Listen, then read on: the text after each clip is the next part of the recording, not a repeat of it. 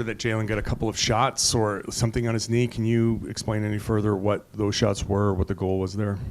Just part of the rehab process for him to get back to be his absolute best. So he's continuing to take care of himself, putting himself in great position, to be ready for next weekend.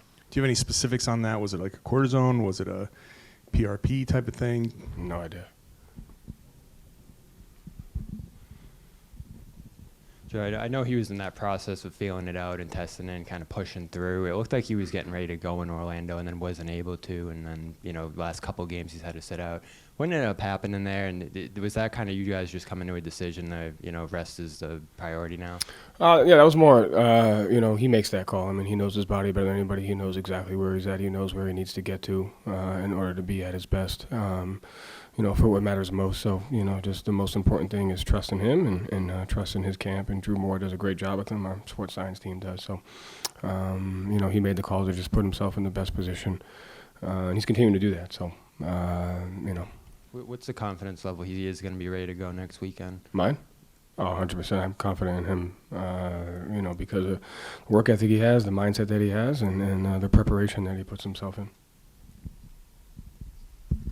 Peyton is a leading name in the Sixth Man of the Year conversation. Where has he grown the most this season?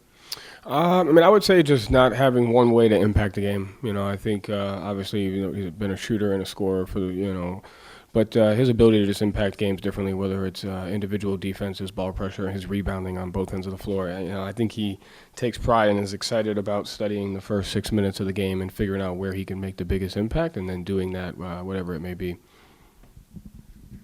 So now that you have games where there's no back-to-backs, you don't have to worry about not resting. How do you kind of work minutes where will some guys go heavy, like in terms of like Kristaps, Al, guys that don't play in back-to-backs? Now you have more than probably throughout any part of the season, you have your full roster available.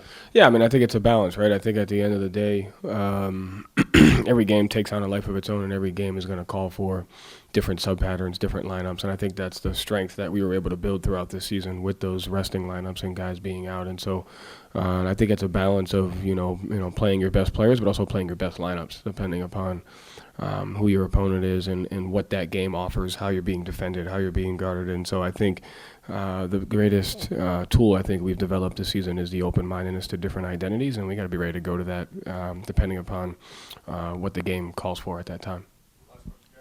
Joe, you guys signed J.D. Davison to the 15th roster spot yesterday. What have you seen from him leading up to this point in terms of earning this contract, and sort of what went into that decision to upgrade his two-way to the Yeah.